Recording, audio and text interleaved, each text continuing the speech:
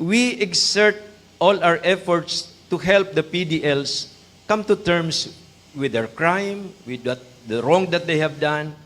We introduce them to Jesus. They welcome the opportunity for change, and they look forward to coming out of prison only to find that they are not accepted. The theme that we have chosen for this year, in a certain sense, focuses attention on who we are, what we are. It is good for us that every now and then also, not that we really tap our backs and say congratulations sa ginagawa natin, kundi to appreciate that there is something meaningful in what we are doing. Hindi to tulad ng, that's why itong, the gospel story about a man being focused on the wealth that he has. What wealth do we have? Oftentimes our tasks, what we do is not even, as they call it, a thankless job. Nobody appreciates what we do sometimes. And even we can feel so desperate, hopeless.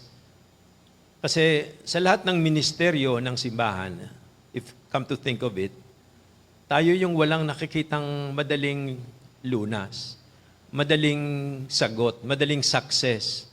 Sa tagal ng pinaglilingkuran natin, marami pa rin PDLs nasa loob ng bilangguan. Hirap na hirap tayo na mapakinggan ng iba, ng gobyerno, kahit ng simbahan, ang hinaing ng mga nasa bilangguan. The PDLs oftentimes are really the least, the last, and the lost of society. That's why, what can we really be proud of?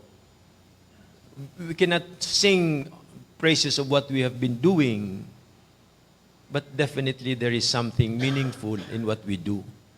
But lest we still get tempted with what we are about, the first reading tells us or invites us to put everything in context. Sabi ni St. Paul sa Ephesians, para nobody would boast, remember that everything is because of the grace of God. Everything that we do, the inspirations that we have, the courage that allows us to speak on behalf of the PDLs, even the times that we really give of ourselves in sacrifice, oftentimes at the expense of our own comforts, it is not because we are dedicated people. Yes, there is dedication, there is courage, there is strength, there is commitment, but precisely, these are there because of the grace of God. And I think magandang panghawakan yon. Kasi it is only by the grace of God that we also begin to understand or appreciate even more the little successes that we have. The courage that we are able to have in our hearts to believe na itong ginagawa natin may patutunguhan. Itong paglilingkod natin sa mga nasa bilangguan ay mahalaga kasi binibigyan natin sila ng pag-asa. And this is exactly what the theme is saying. We are kaagapay para sa isa't isa, para sa simbahan, kasi punong-puno tayo ng pag-asa sa ngalan ng mga nasa bilangguan. But you know, my friends, there is something that remains heavy in my heart. I have been privileged to serve the prison ministry for the past 6-7 years.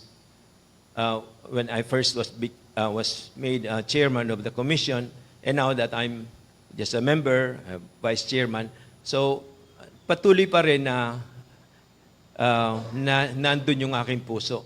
Sa totoo lang, I have to confess, I'm sure I have confessed this to the immediate family, si BCP family ng ECPPC, na sa simula, ayaw ko talaga. Naikwento ko na when Archbishop Tirona was ending his term as, what do you call this? I'm talking of the Commission on Youth here. Dahil siguro duwag ako, at alam ko na ang trabaho ng kabataan ay mahirap, I felt that I was going to be made as the next chair. Hindi ako nag-attend ng July assembly namin, during which there was going to be an election. akala ko makakatakas ako, pero habang lumabas ako, nagtago ako para lang, kasi alam ko kasi na pagdating ng election, according to our constitution and bylaws, I think it is, no one who is absent may be elected or chosen as chair or this and that. Kaya lang, I was reading what they call news, sabi, bakit ako biglang naging chairman ako ng youth? So, nung magkaroon kami ng pagkakataon na mag-usap ni Archbishop Terona, sabi, Archbishop, hindi ba kapag ang obispo ay absent, hindi pwedeng mapiling ano? Sabi niya sa akin, wala naman nagreklamo bong eh. Kaya, fast forward, I was already a member of some of the commissions because we bishops are supposed to be members, at least members of 2 commissions of the CBCP. Little did I know na nung dumating kasi yung punto na sino yung last na, was it Bishop Arrigo, who was ending his term. Kami, pinasubmit kami, usually, proseso niyan we are asked to submit 3 names. May listahan na natatanggap kami, nakasulat doon. Pagdating ng election, si Bailon ang naging chair ng ECPPC. Bakit ka ako nangin? Wala akong kaalam-alam kung anong ginagawa sa prison ministry. Yung pala kasi alphabetical. Letter B, Bailon. Yun na naman ang principle of least resistance. Sabi ko, ano ba ito kako? Alam ka naman, magreklamo na naman ako sa Panginoon, magagalit na sa akin. But to be honest, I never, regretted having been a chair, a part of the ministry. I found something beautiful in what I've been doing compared to when I was chair or member of the Youth Commission. Iba yun nandun yung sayaan, daming activities dito, dadalaw ko sa bilangguan, pagdadasal mo and a lot of things never have the end that we have been longing and praying for or doing the sacrifice that we have. Pero there is something beautiful in what the ministry is doing. We have always said this, that we thought that we were going to bring Jesus, the Lord, to the jails, only to discover that He had already been there for the longest time. And tayo ang nai-encounter niya.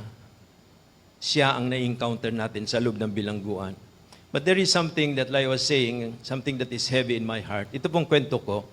May kaibigan ako na kinupkup niya ang isang wife because her husband was accused of murder and he was sentenced to life imprisonment. And in fact, I think he's going to be brought to either dito sa Bilibid na sentensya na kasi o sa Sablayan. At dinig ko kasi sa Sablayan siya pupunta. And aside from that, yung binata nila ay nasa bilangguan din, binatang anak, because of drugs. Now, kinupkup niya itong wife para kahit pa paano matulungan niya, kasi walang-wala nga. Isang araw, yung isa pang katulong nila, kasambahay, ay hindi na dati nakatira siya dun sa bahay nitong kaibigan ko.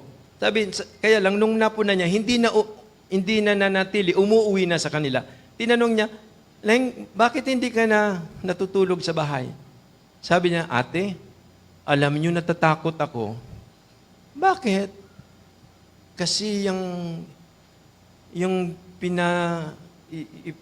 yung asawa ng natatakot ako baka bigla na lang akong saksakin habang natutulog ako.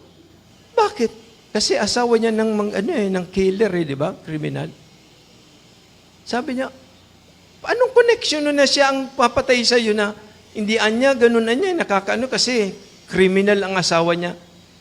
And this is what is really hard to accept because we exert all our efforts to help the PDLs come to terms with their crime, with the wrong that they have done.